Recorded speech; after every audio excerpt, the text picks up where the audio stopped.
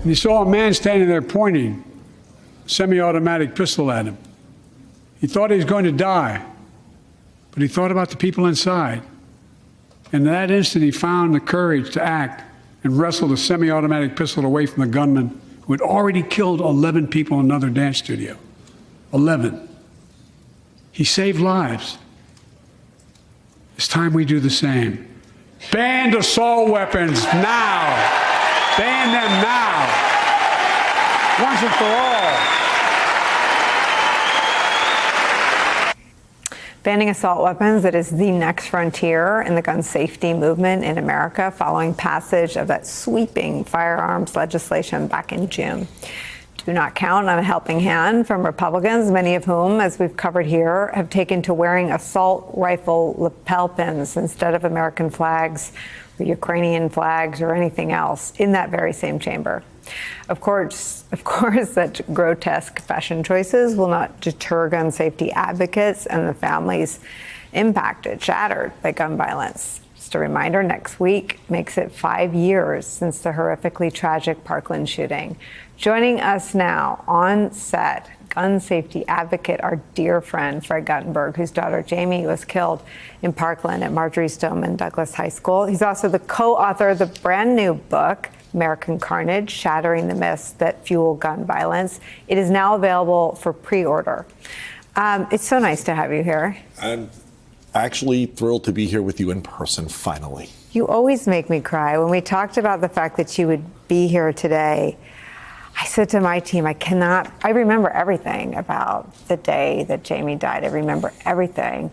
It happened when my colleague Katie Tur was on the air, I think. Yeah. And when I was coming on set, it was one of 2 days that I didn't think I could do this. And the other was Uvalde. You're a parent. And I find it's a part of my brain that can't process what you've lost and what you've been through still. Next week is going to be 5 years. It feels like 5 minutes. My wife says all the time that it doesn't feel different. And I keep trying to tell my wife and my son, we are going to be okay. We are okay. Because we have to be. But my daughter's still not a part of our life in a way where we get to collect new pictures and videos and memories and visits at college. And yet we see just last night the despicable half of our government which doesn't give a crap.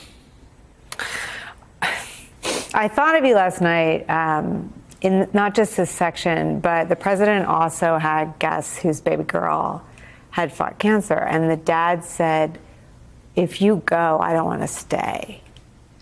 And I wonder I just wonder on grief. It swallows so many people whole. And you've become an international icon in your activism for gun safety. How? Well, it's part of how I get through my grief. Doing this because of a dad who I don't want to meet because his daughter didn't get shot is what I live to do every day now because of what happened to my family. Listen, grief is different for everybody. Some people go into a shell, others find the ability to push forward and do things that they never thought they could do. I become extremely political, and my wife has started doing things far more often to honor my daughter's life and memory and things like our new Paws of Love that we're doing, giving out, companion dogs to families affected by gun violence. We each find our way, but we have to be okay. Are we going to be okay with the proliferation of guns in America, the proliferation of sadness and loneliness, something that you've talked about, something Senator Murphy has talked about, and the intractable nature of our politics? I think last night was really strange for a lot of reasons. Because you saw in the stark contrast. President Biden and the Democrats, hopeful and optimistic with a vision, really wanting to take care of the safety of Americans, and another side that was just dark.